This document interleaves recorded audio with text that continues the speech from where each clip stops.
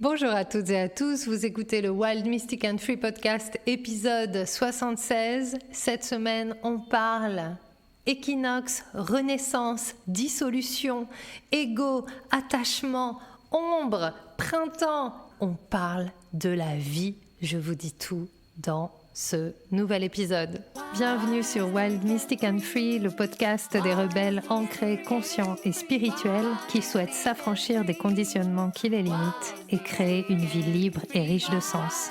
Je suis Brunoïde Livrante, ton hôte, coach certifiée et enseignante spirituelle, et j'espère que tu trouveras ici plus de conscience, plus d'amour et des outils pour vivre ta plus belle vie.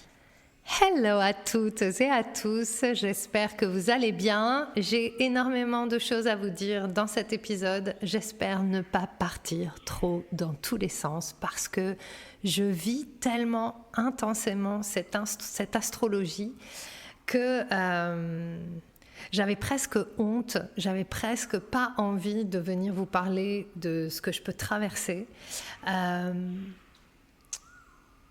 Tant ce qui m'est montré aujourd'hui est à l'antithèse de tout ce qu'on m'a appris. Et tant j'ai pu faire l'expérience ces dernières semaines d'à quel point notre société et même ce que nous cherchons à créer de nouveau aujourd'hui est encore pétri de vieux paradigmes, de vieux conditionnements, et que même lorsque l'on recherche la liberté, même lorsque l'on recherche à transcender ce qui nous a fait, eh bien quelque part nous cherchons à être meilleurs que qui nous sommes et finalement nous créons à nouveau des fausses identités. Et ces fausses identités continuent à perpétuer l'histoire de la séparation. Et c'est vraiment quelque chose que je vis moi-même, mais aussi que je vis ici, moi qui suis venue déménager dans une sorte de paradis, un paradis entre guillemets fiscal, spirituel, développement personnel. Alors le paradis existe vraiment dans la beauté de tout ce qui m'entoure, dans la nature, dans la puissance de l'île. Voilà, ça c'est vraiment pour moi extraordinaire. En revanche, ce qui est beaucoup plus difficile pour moi, c'est le challenge de faire partie d'une sorte de communauté de développement personnel et spirituel. Et en fait, d'être ici et de me retrouver dans cet espace est très compliqué pour moi parce que la rebelle en moi ne se sent pas appartenir à cette manière de vivre et à cette manière de voir la vie. Et c'est pas que j'ai énormément de jugement là-dessus, mais pour moi, c'est fuir. Et pour moi, être ici, c'est fuir. Et finalement, je me suis rendu compte cette semaine, et si vous allez voir que c'est très en phase avec l'astrologie, et évidemment, je ne dis pas que je suis dans la vérité et les autres sont pas au bon endroit, pas du tout.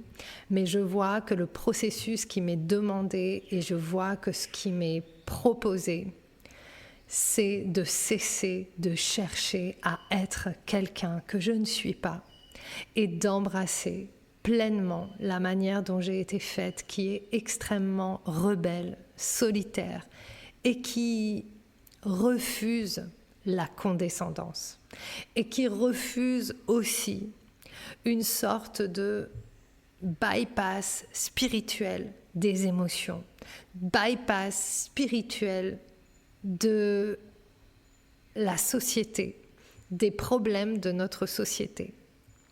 Et il peut être extrêmement facile de tomber dans une forme de supériorité intellectuelle, égotique et spirituelle lorsqu'on s'extrait du commun des mortels, j'ai envie de dire. Alors, j'ai pas de solution. Mais j'avais envie de vous parler de ça parce que, si vous me suivez depuis longtemps, ce podcast, c'est mon espace d'expression. Ce podcast, il m'a déjà sauvé la vie. C'est comme ça que je l'ai créé. C'est un élan vital.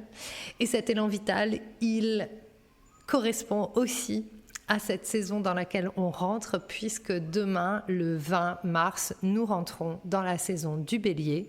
C'est une nouvelle année astrologique et c'est aussi le moment de l'équinoxe.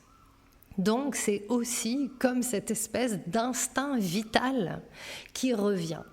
Et puis le Bélier est régi par Mars et le Bélier c'est aussi l'élan vital et cet élan vital peut être très feu et peut être aussi extrêmement motivé par la colère. Par la colère, par ce qui nous fait créer. Nous créons. Et ça, c'est quelque chose que j'ai appris grâce à Julia Cameron, avec qui j'ai beaucoup travaillé. J'ai fait plusieurs fois The Artist's Way, Libérer votre créativité en français. Et elle a elle en parle souvent et elle a notamment tout un chapitre sur la colère, que notre colère est le moteur de ce que nous créons. Évidemment, notre colère, autant que faire se peut, ne doit pas être dirigée contre les autres. Mais notre colère doit être dirigée dans ce que nous sommes venus créer, construire, et peut-être un fuel extraordinaire à ce qui nous anime. Et quelque part, cet équinoxe et cette entrée dans la saison du Bélier, j'aimerais vous dire que cette saison du Bélier, elle est toute super, c'est le printemps, c'est génial, on va ressortir, etc. Malheureusement, les 4 prochaines semaines vont être très challengeantes. Alors peut-être pas pour tout le monde, mais il suffit de regarder autour de nous pour savoir que nous sommes en plein challenge, que nous sommes en pleine crise collective et individuelle. La Terre change de fréquence. Si vous connaissez la résonance Schumann, je vous invite à aller voir ce qui est en train de se passer au niveau terrestre, c'est-à-dire que la Terre nous demande d'évoluer. Cette évolution n'est pas facile. Cette évolution nous demande de laisser aller notre ego, de nous dissoudre, de changer de fréquence. Et ce n'est pas forcément quelque chose qui va se faire dans la conscience totale. Quel que soit le chemin qu'on ait parcouru, on est tous brinque-ballés par cette transformation collective de la Terre.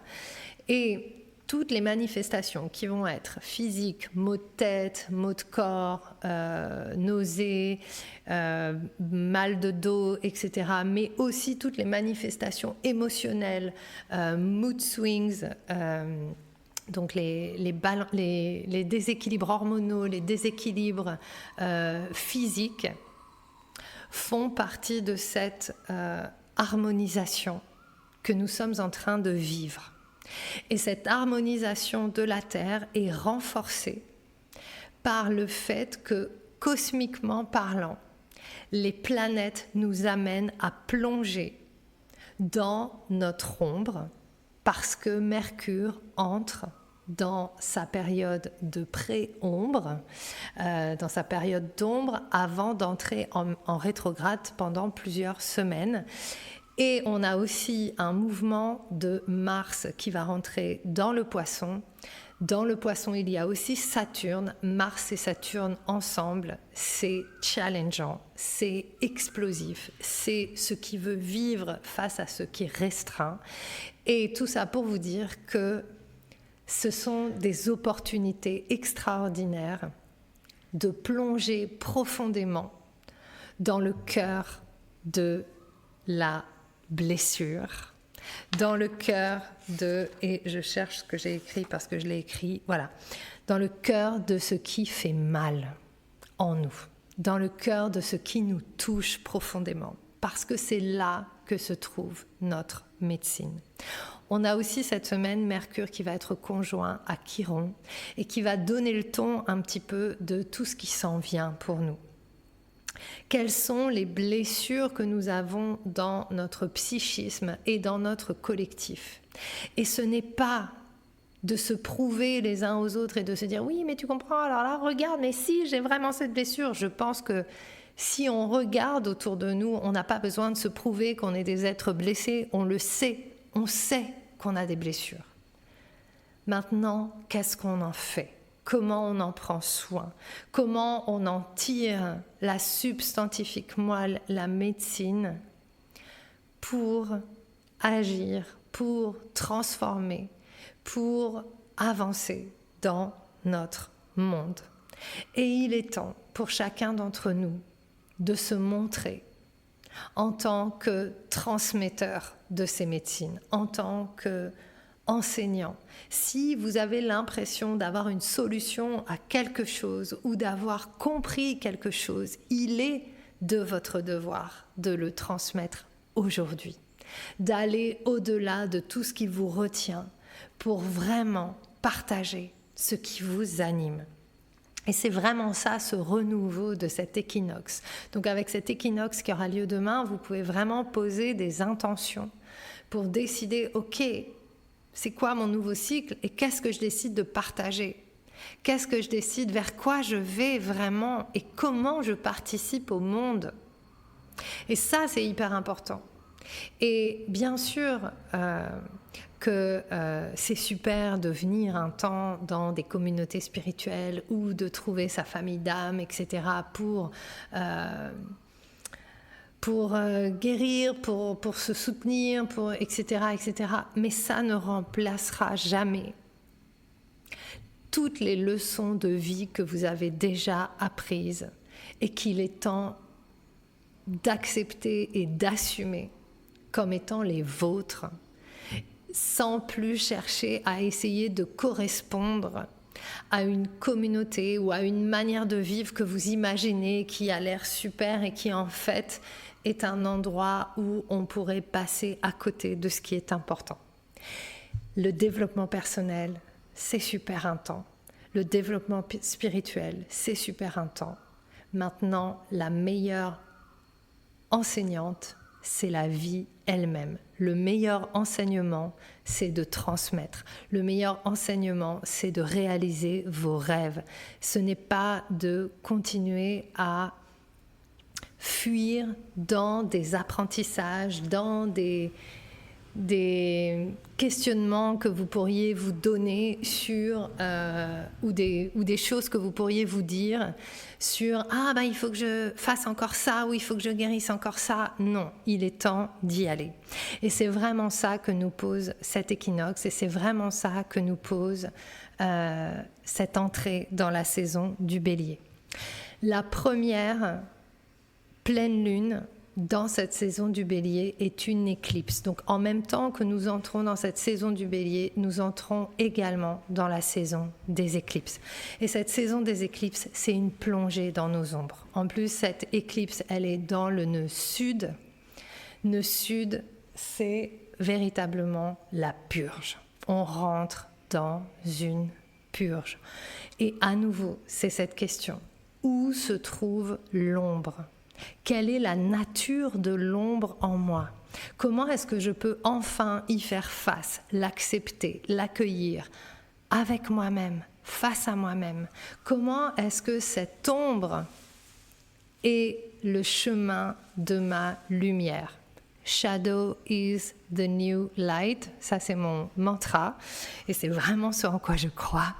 De plus en plus, c'est que avec détachement, on peut vraiment plonger dans ces ombres et en découvrir la lumière et la médecine. Et c'est vraiment ce qui va nous être proposé dans tout ce cycle jusqu'à fin avril. Donc on s'accroche, on tient bon, on continue à croire dans ce qui nous fait du bien tout en étant lucide et ne pas tomber dans nos propres illusions. Je pense que c'est très important. Nous sommes dans l'ère de la désillusion. Et ce Mercure rétrograde, cette saison des éclipses, nous amène à ça, puisqu'on est dans sur cet axe Bélier-Balance.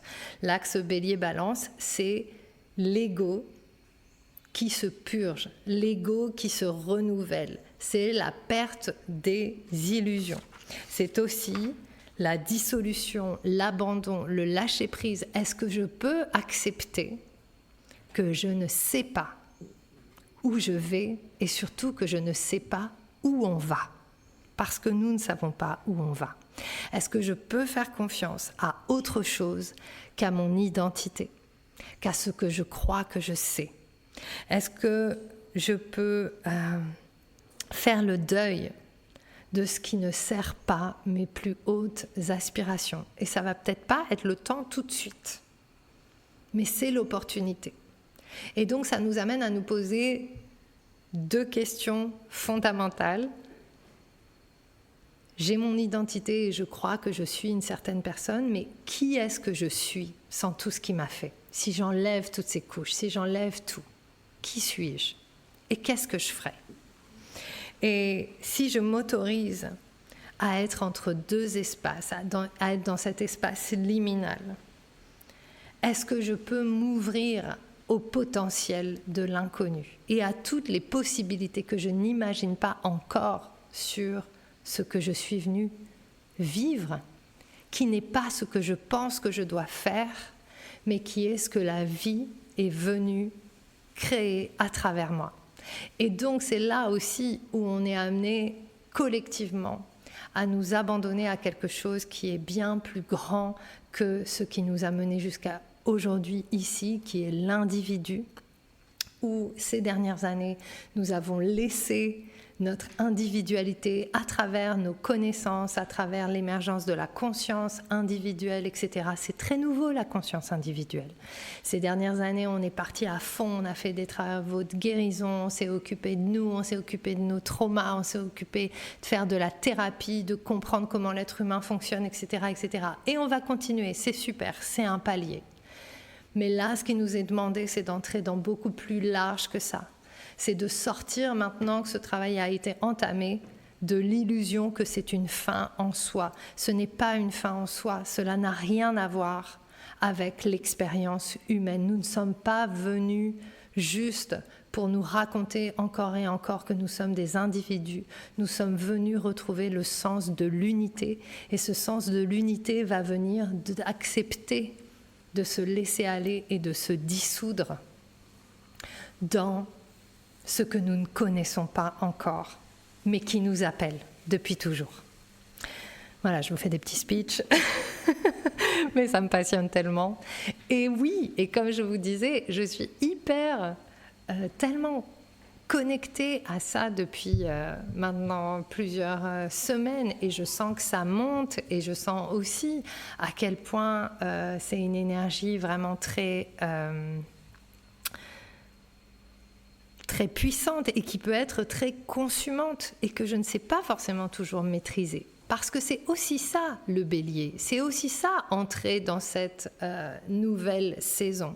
C'est entrer dans un élan de vie que peut-être nous ne saurons pas maîtriser. Et c'est aussi, du coup, et ça va peut-être être contre-productif par rapport aux personnes qui sont béliers, mais c'est aussi d'apprendre, du coup, à plutôt cultiver le long terme et à s'arrêter pour quelques instants. Écouter ce feu intérieur, écouter cet élan. Qu'est-ce qu'il veut dire? Parce que le paradoxe de cette entrée dans la saison du bélier et de cette entrée avec l'équinoxe dans le printemps, c'est que nous sommes invités à commencer quelque chose tout en étant invités à reculer et à aller dans la profondeur. Pourquoi? Parce que ça suffit de commencer des choses basées sur une illusion de qui nous sommes. Nous sommes venus commencer des choses basées sur la vérité du vivant qui s'exprime à travers nous. Et donc, je trouve ça toujours extraordinaire de voir comme le cosmos est extraordinairement bien fait, je vous le dis presque chaque semaine, mais c'est vraiment du coup, le paradoxe, c'est on est invité à y aller et en même temps, on est invité à ne pas se précipiter. Parce que, en nous précipitant, nous pourrions passer à côté de quelque chose qui est bien plus grand, qui est bien plus transcendant, qui est bien plus juste pour nous que ce que nous pouvons imaginer. Donc, tenir son propre espace, tenir bon dans les challenges, tenir bon si vous sentez que c'est pas le moment et qu'en même temps il y a un truc qui vous dit mais si, il faut y aller, mais si, il faut y aller. Mais si vous sentez vraiment profondément, quand vous vous connectez à ce qu'il y a de plus haut et de plus élevé en vous, si vous sentez que c'est pas le moment, alors tenez bon. tenez bon et laissez faire l'énergie de vie, laissez faire justement le feu de vie en vous pour vous guider au moment juste et au moment opportun. Donc, cette semaine, la teinte pour cette semaine du 19 mars, on a commencé la semaine avec Mercure conjoint à Neptune et il y a vraiment peut-être observé, est-ce que vous avez eu des conversations cruciales ? Pour ma part, j'ai eu une conversation cruciale qui continue d'ailleurs et qui révèle la nature de ce que je suis venue apporter, de qui je suis et avec lequel j'ai toujours lutté toute ma vie. Si vous m'avez suivi sur les réseaux sociaux, j'ai parlé un petit peu du fait que finalement, dans ma vie, j'ai été invitée depuis enfant à étouffer ma colère. Et comme c'était très compliqué, j'avais énormément de problèmes de peau, donc de l'eczéma, des trucs qui sortaient, ma peau brûlait, des pellicules, toutes les maladies en IT. J'avais arthrite, polyarthrite, choses comme ça. Et puis, dès l'adolescence, j'ai beaucoup chanté et notamment, j'ai chanté beaucoup de rock. Donc, j'ai beaucoup exprimé ma colère. En fait, j'ai fait beaucoup de... Ces espaces sur scène étaient des espaces d'expression où je pouvais vraiment me lâcher et je pouvais mettre en son vraiment cette émotion, transmuter, continuer à avancer. Et ça m'a permis de continuer à vivre parce qu'à des moments, c'était trop. Et c'est même pas que de la colère, j'ai envie de dire aussi qu'il y a une forme de rage. Et je me suis toujours sentie très connectée à Kali, je me suis toujours sentie très connectée à des déesses comme ça, et aussi au Kourou dans l'Ancien Testament. Dieu n'est pas sympa. Dans l'Ancien Testament, il tue tous les humains et il met juste Noé, sa famille et tous les animaux sur une barque.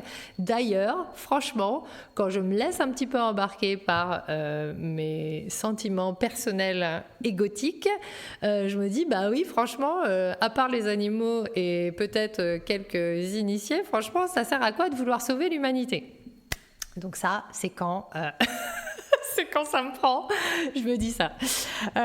Mais bon, bref, trêve de plaisanterie, c'est une plaisanterie, bien sûr. Mais ça me traverse quand même parfois.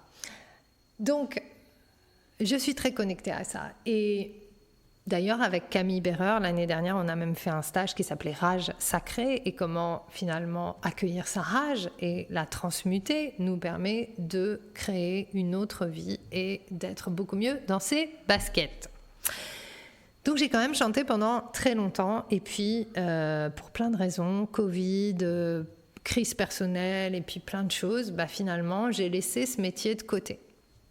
Et en laissant ce métier de côté, bien sûr que je trouve énormément d'autres formes d'expression, je pense que vous le savez, je suis quelqu'un qui s'exprime, mais ce n'est pas pareil. Chanter me manque énormément. Et je le vois même au niveau de ma thyroïde, parce qu'en ce moment j'ai des dérèglements hormonaux assez importants et j'ai ma santé qui, voilà, je change, la vie change. C'est aussi une nouvelle extrêmement belle initiation qui commence pour moi, parce que c'est un nouveau champ de conscience qui s'ouvre, donc j'accueille vraiment avec confiance et amour ce truc-là. Mais voilà, j'ai l'impression que le fait de ne plus m'exprimer sur scène me fait gonfler. Ça me gonfle. C'est comme si ma thyroïde engrangeait toute ma colère et que j'avais toute ma colère qui se mettait au niveau de ma gorge. Et donc, j'ai des sautes d'humeur et voilà, ce qui est le déséquilibre hormonal. C'est très compliqué. Je vois aussi la chimie de mon cerveau est une lutte permanente. Je lutte avec beaucoup des retours de crises d'angoisse, des retours d'accès dépressif, contrebalancé par de l'euphorie. Donc c'est vraiment quelque chose à balancer et ça a aussi un impact physique sur mon corps. Mais c'est OK. Enfin voilà, on a tous des choses comme ça. Chacun traverse son désert et son expérience. Donc je ne suis pas en train de me plaindre, je suis juste en train de vous donner le contexte de certaines situations.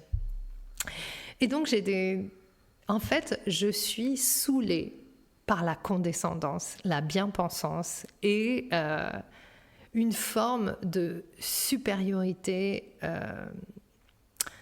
intellectuelle de la conscience, ou parce qu'on fait du yoga, ou parce qu'on fait ceci, ou parce qu'on fait cela, on est tous frères et que ça coule de source. En fait, pour moi, non. Ça coule pas de source. Ça coule pas de source que parce qu'on est humain, on est tous frères. Si c'était le cas, ça se verrait peut-être un peu plus dans notre monde. Donc, je suis rentrée en France. Ça a été aussi un challenge pour moi parce que, et ça a été très beau parce que j'ai passé un moment avec ma maman et c'était vraiment chouette. C'était un très beau moment. Et en même temps, ça a été aussi une réalisation assez intense que finalement, j'avais été beaucoup dans le jugement de la société, des personnes qui font la société, des humains qui m'ont élevée, de ma famille. Et vraiment, j'ai eu cette réalisation, c'était beau, c'était fort et extrêmement inconfortable. Et effectivement, je me suis rendu compte que j'avais vraiment manqué d'humilité parce que, comme souvent ma maman me l'avait déjà dit, je me posturais, c'est un système de protection, dans une forme de supériorité intellectuelle parce que je me suis extrait du chemin. Et donc, je créais beaucoup de séparation. Et quelque part, ça a ouvert une brèche où toutes mes émotions que j'avais contenues, tout ce que j'avais cherché à retenir pendant toutes ces années, tout ce que j'avais surtout jamais voulu être, mais qui en fait était là et tourné et présent. Et on est sur une île hyper volcanique, hyper puissante, qui fait sortir tout ça. Et depuis le début, donc depuis que je suis ici, grosse machine à laver et toutes mes émotions sont décuplées. C'est un super chemin, ça m'oblige à accueillir mes émotions. Mais qu'est-ce que ça veut dire accueillir ces émotions ? Est-ce que ça veut dire que je ne dois pas vraiment les ressentir, mais juste « Ah tiens, là, je ressens ça et c'est bon » ? Ou est-ce que ça veut dire me laisser traverser quand ça arrive ? Et je me suis retrouvée dans une situation où finalement, j'ai eu l'impression qu'il y avait ce que j'ai ressenti, c'est que je n'avais pas été écoutée sur quelque chose. Enfin, il y a eu tout un concours de circonstances et il y avait beaucoup de choses et on en a pas mal parlé avec les personnes qui étaient avec moi. Donc c'est très intéressant, c'était parfait comme situation.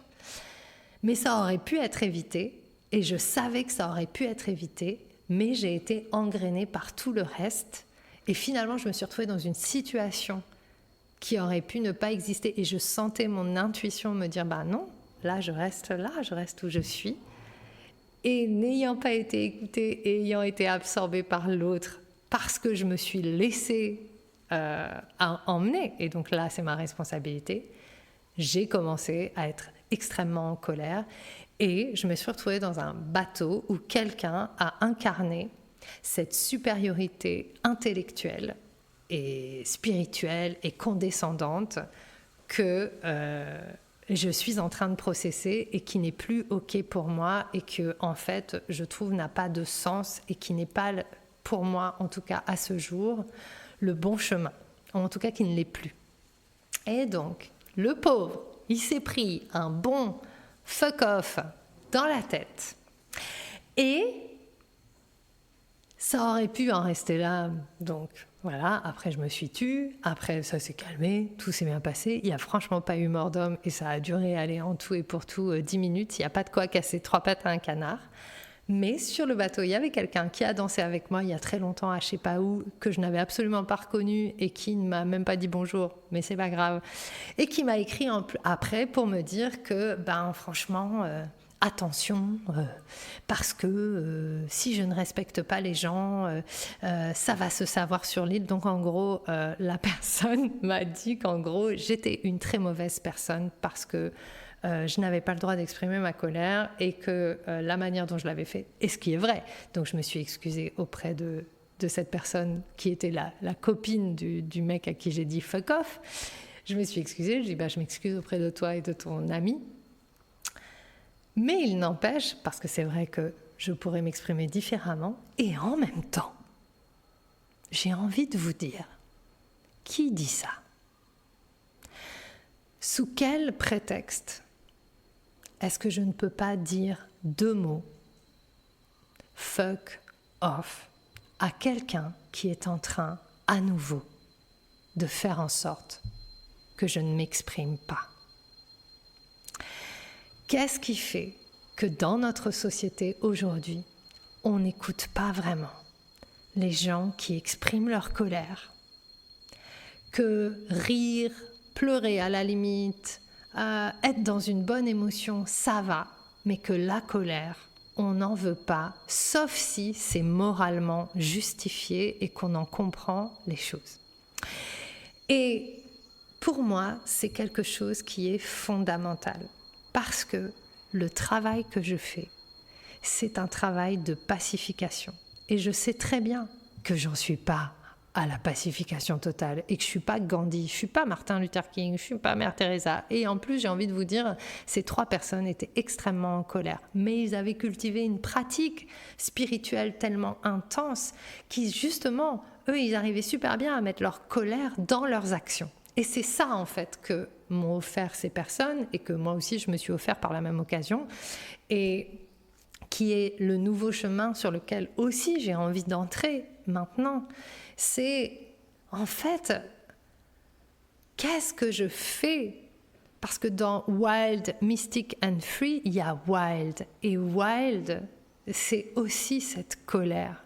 C'est cet aspect sauvage. C'est ce non, ça, c'est pas possible. Et c'est ce Wild dont parle Clarissa Pinkola Estés. Et c'est pas juste un truc qui est écrit sur un papier où on se dit « Ah, c'est sympa, je fais la femme sauvage et puis je hurle 3-4 fois à la lune et puis ça y est, c'est bon. » Non, c'est une véritable colère de société, d'incompréhension. Et c'est un boulgui-boulga de plein de choses qui font aussi mon humanité. Et quand je parle de Kali, pour moi, c'est aussi se reconnecter à cette colère sacrée qui va trancher la tête de tout ce qui est l'illusion et de tout ce qui n'est pas la vérité. Et évidemment, j'ai pas de solution. Et quand je suis dans ces états de colère ou comme dans cet état, et puis encore une fois, ce que je trouve intéressant, c'est que comme souvent, je suis devenue le catalyseur du courroux de tout le monde finalement. Parce que finalement, c'est moi qui suis devenue la mauvaise, entre guillemets, la mauvaise personne. Donc j'étais une mauvaise personne et donc c'était aussi très écrit noir sur blanc sur le message que j'ai reçu après.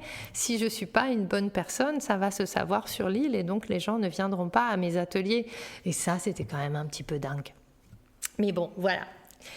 Et moi, en fait, ce qui m'intéresse avec ce podcast, avec la vie, c'est d'être vraie.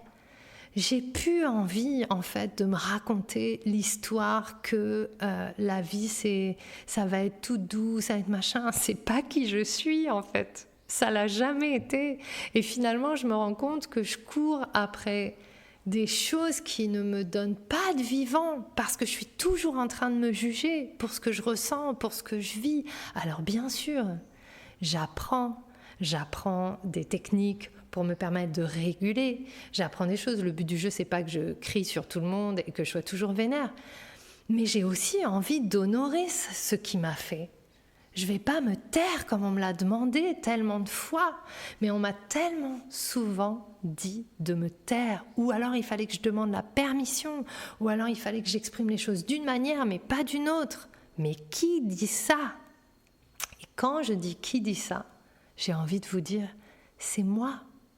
C'est moi, toute ma vie, qui me suis empêchée d'être qui j'étais par peur de l'impact des autres. Et cette semaine, j'ai reçu un commentaire d'une personne sur Facebook ou sur Instagram, je ne sais plus, qui me disait « Mais en fait, quand je lis vos posts et tout ça, j'ai l'impression que vous existez qu'à travers le regard des autres. » Mais bien sûr, oui, c'est vrai.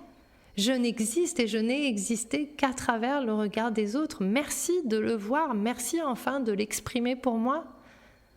Et en même temps, je ne vais pas commencer à repartir dans une psychothérapie intérieure, à me dire « Bon, bah oui, alors si j'existe qu'à travers le regard des autres, alors est-ce qu'il faut que j'apprenne à exister par moi-même ?» Ce n'est plus la question. Aujourd'hui, la question c'est « Ok, qu'est-ce que j'en fais ?» Et c'est ça qu'on est amené à transformer. C'est cesser de se poser les questions pour passer à l'action et écouter la vie qui nous guide à agir. Donc, quand je me mets en colère, eh bien finalement, ça crée. Parce que depuis samedi, depuis cet événement, j'ai énormément de choses qui sont venues à travers moi, qui se sont exprimées. J'ai donné une super masterclass que vous pouvez revoir. Le lien est en commentaire de l'épisode. Vous pouvez vraiment aller voir, c'est dans le groupe Beyond Frequencies si vous y êtes déjà. Et c'était top. Il y a un super soin énergétique pour vraiment se reconnecter à sa guidance intérieure. On a été fait tel qu'on a été fait. Ce qui a défini qui on n'est pas, ce qu'on doit faire, nanani, nanana, c'est la société, c'est l'histoire, c'est la culture, c'est l'éducation. Alors évidemment, je ne suis pas en train de vous dire ça y est, on s'en fout, on devient anarchique et on va tout brûler et c'est parti. C'est pas ça non plus. Il y a une forme d'équilibre à trouver parce que profondément, je pense que la valeur de la création, la valeur principale de la création, c'est la beauté. Nous sommes ici pour créer de la beauté. Mais comme je dis souvent, Francis Bacon, ses peintures sont pas belles, mais elles sont belles d'humanité. Et il y a certaines personnes qui sont en transcendance devant le travail de Francis Bacon, alors que ce n'est pas un critère esthétique. C'est autre chose. C'est un critère d'humanité. Qu'est-ce que la beauté ? Dans American Beauty, la beauté, c'est un sac plastique qui vole dans le ciel. Donc, voilà, c'est le paradoxe du vivant. Et encore une fois, j'ai l'air un peu de fustiger les trucs, mais je pense que on s'engraine trop à réfléchir et à vouloir être des gentilles personnes qui changent le monde en un gentil monde. Et c'est pas ça, en fait. Je pense qu'il nous est demandé parce qu'on n'y est pas encore. Et je pense que tant qu'on se réveille pas vraiment à ça, eh ben on manque d'authenticité. On essaye d'être des personnes qu'on n'est pas. Alors je dis on, peut-être certains d'entre vous n'allez pas vous reconnaître. Et c'est ok, bien sûr. Mais je le vois partout autour de moi et j'arrivais pas à mettre le doigt dessus. Depuis que je suis arrivée ici, je me sens isolée, je me sens en dehors, je me sens... Et en ce moment, comme je vous disais, je travaille, je discute avec Dieu, je fais mon propre Donald Neale Walsch. Tous les matins, j'ai des conversations avec Dieu. Si vous avez lu ce livre, il est extrêmement intéressant. Si vous ne l'avez pas lu, je vous invite à le lire ou à l'écouter. Et ce matin, je disais, qu'est-ce que j'ai dit ce matin ? J'ai dit... Je me sens abandonnée en fait par la vie parce que je ne sais pas, est-ce que j'ai fait quelque chose de mal ? Pourquoi est-ce que je suis toujours dans la lutte ? Et pourquoi est-ce que je me sens si sensible ? Et j'ai vraiment écrit ça et puis juste après je reçois un message et en fait je reçois un message sur WhatsApp et c'est quelqu'un que je ne connais pas mais c'est la personne qui vit avec nous ici parce qu'on sous-loue la chambre de notre maison.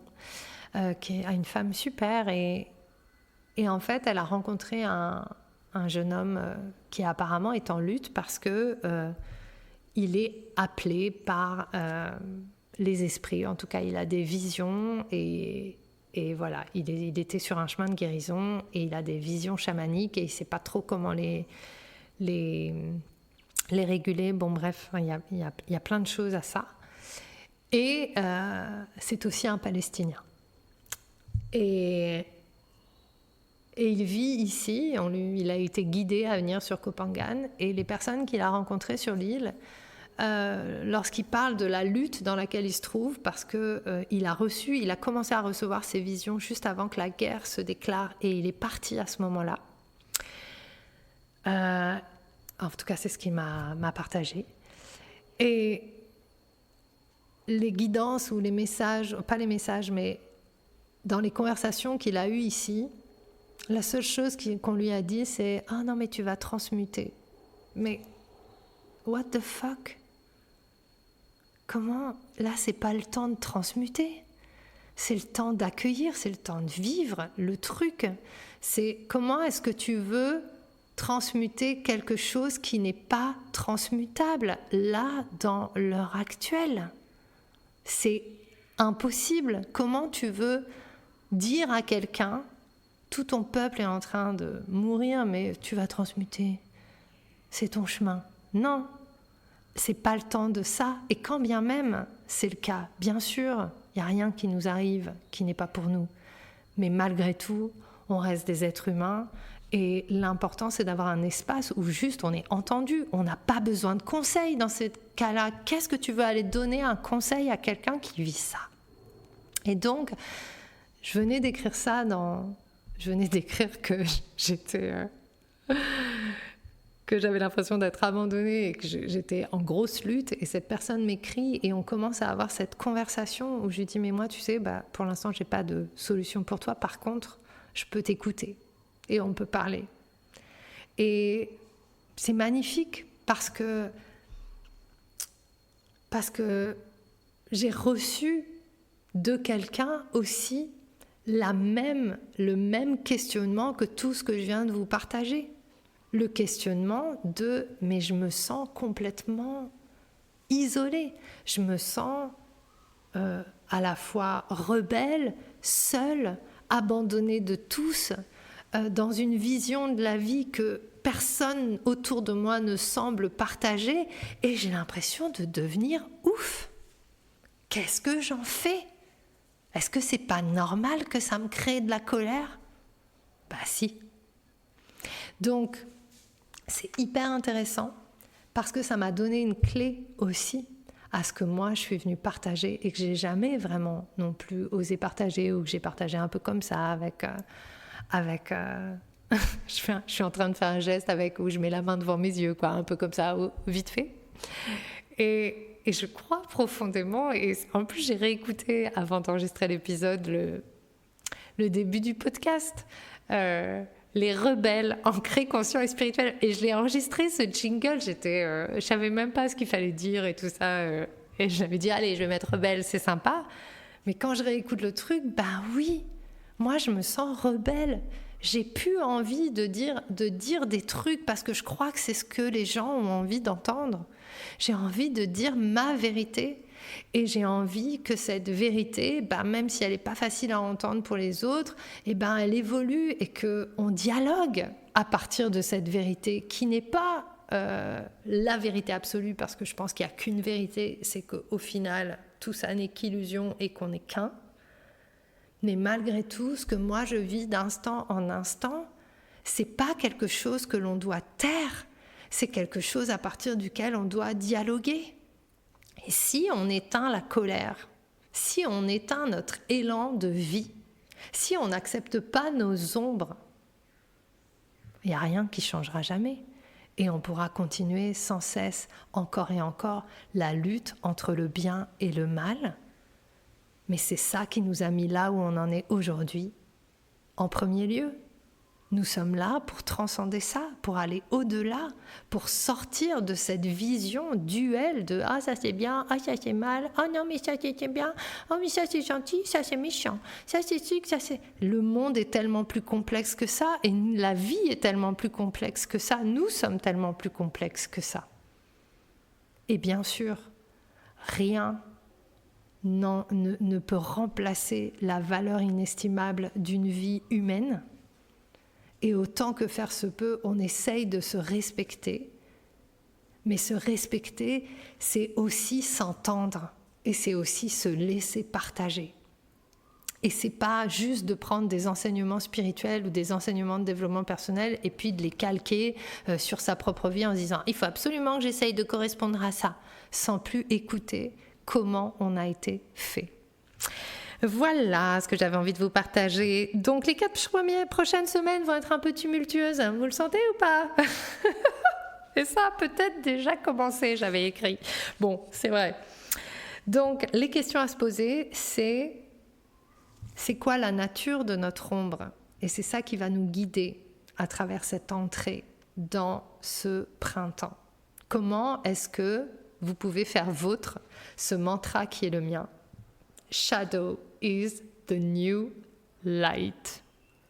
Et comment et c'est quoi la nature de l'ombre du monde aussi ?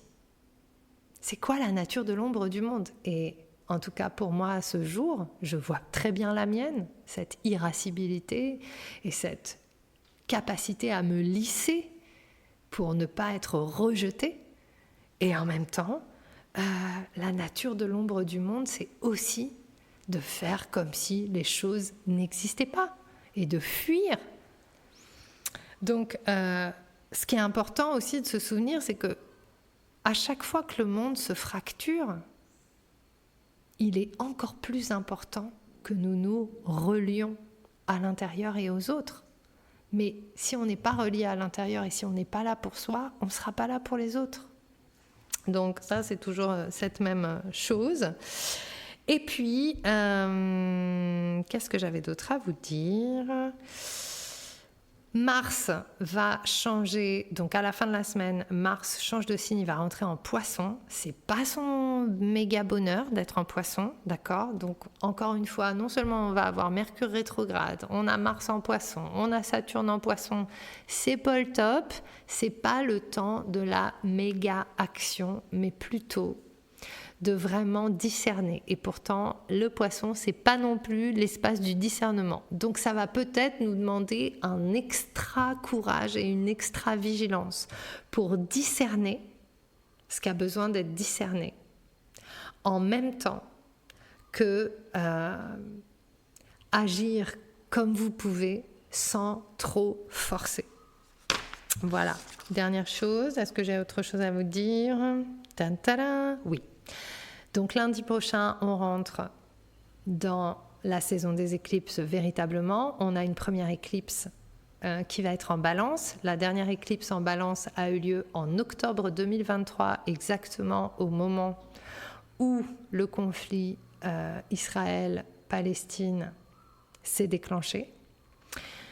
Donc c'est juste pour vous donner un petit peu la teneur de cette éclipse. Du coup, ça peut être intéressant aussi pour vous, parce que souvent, quand il y a un événement comme ça, mondial, qui se passe, on se souvient exactement de où on était, de ce qu'on faisait et de dans quel état d'esprit on était. Ça peut être intéressant de retourner voir qui étiez-vous en octobre 2023, qu'est-ce qui a émergé à ce moment-là, qu'est-ce qui s'est déséquilibré ou qu'est-ce qui a demandé à être rééquilibré et d'aller voir ça. Qu'est-ce qui demande justice dans votre vie ? Qu'est-ce qui demande réparation ? Qu'est-ce qui demande à être harmonisé ? Voilà tout ce que j'avais à vous dire. Je sais, c'était beaucoup, mais j'avais besoin de cracher ma Valda.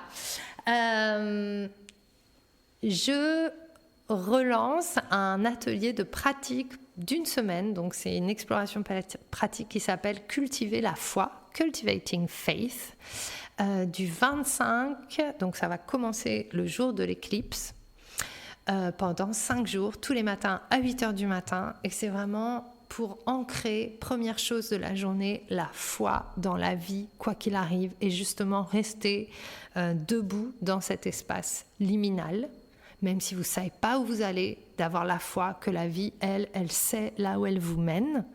Donc c'est à partir de 33 € et ce sera un crédit à utiliser pour le nouveau membership qui va être ouvert à nouveau à l'inscription en avril. Donc vous pourrez utiliser le crédit que vous avez payé si vous voulez entrer dans le membership. Le membership jusqu'à hier devait s'appeler le Remembership, mais je sentais qu'il y avait quelque chose qui me demandait d'attendre. Et rien ne s'est fait hier comme j'avais prévu. C'est très intéressant. Et en fait, ce matin, je me suis réveillée et je me suis dit non, en fait, ce membership, il va s'appeler The Rebellion, la rébellion. Et pourquoi la rébellion ? La rébellion cosmique, mais peu importe, c'est la rébellion.